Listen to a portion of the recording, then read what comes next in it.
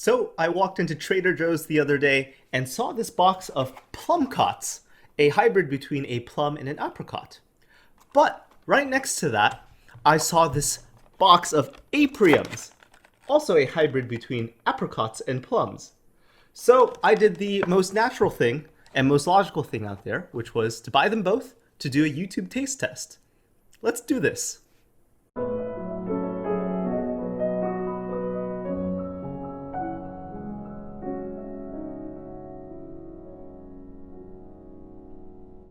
Okay, so before we do a taste test, let's figure out the differences between the two. All of these hybrid fruits are created through cross-pollination of the different plant species. Plumcots are a 50-50 blend of apricot and plums, and apriums have more apricot than plums in there.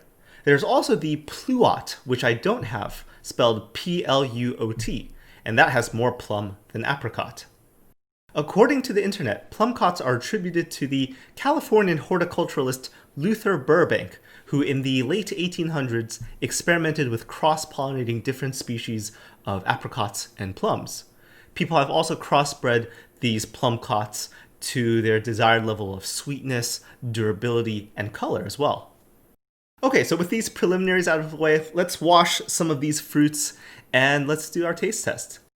So I've been waiting for this Aprium to ripen, but in the process it seems like the Plumcot has overly ripened a little bit. But that's okay, we can still have a good time with opening this up and eating it. So looking at this Plumcot right now, I wouldn't be able to tell the difference between a normal plum and this hybrid fruit right here. There's this dark purple skin, and it's really smooth to the touch. And yeah, it looks like a normal plum, but let's see what it tastes like. Hopefully it tastes good. So let's cut this open and see what it looks like on the inside. It's really juicy. And wow, look at this color. It's like this beet dark red color over here. Juices are kind of overflowing. Smelling it, it smells just like a plum. I really can't tell the difference. Maybe the texture is a little bit firmer than that of a plum. Hence, the apricot hybrid part. But let's take a bite of this and see how it tastes.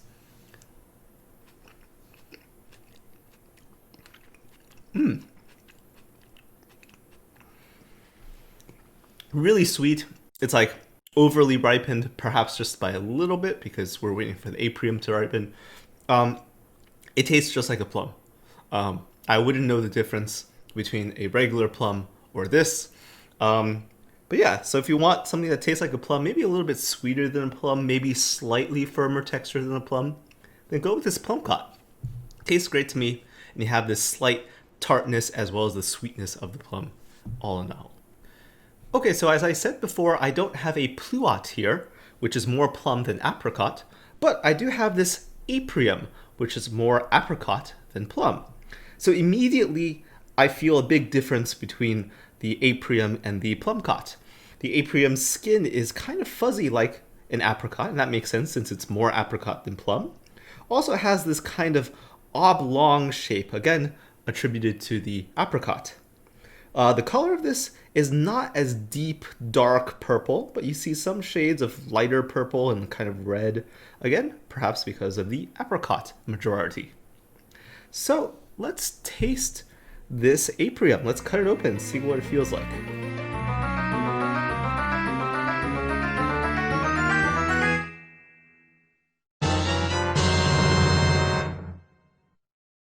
So cutting through this, the flesh had a little bit more of resistance to it. So again, maybe because the apricots are naturally a tougher fruit than a plum. We see the inside of this is not as beet red, but kind of a lighter shade of like orangey, pinkish red going on about it. Again, the skin is kind of fuzzy. And yeah. Sniff test. Smells kind of like nothing. I don't know. I don't have a good sense of smell. It doesn't really smell like anything to me. But I bet it tastes good. Let's give it a shot.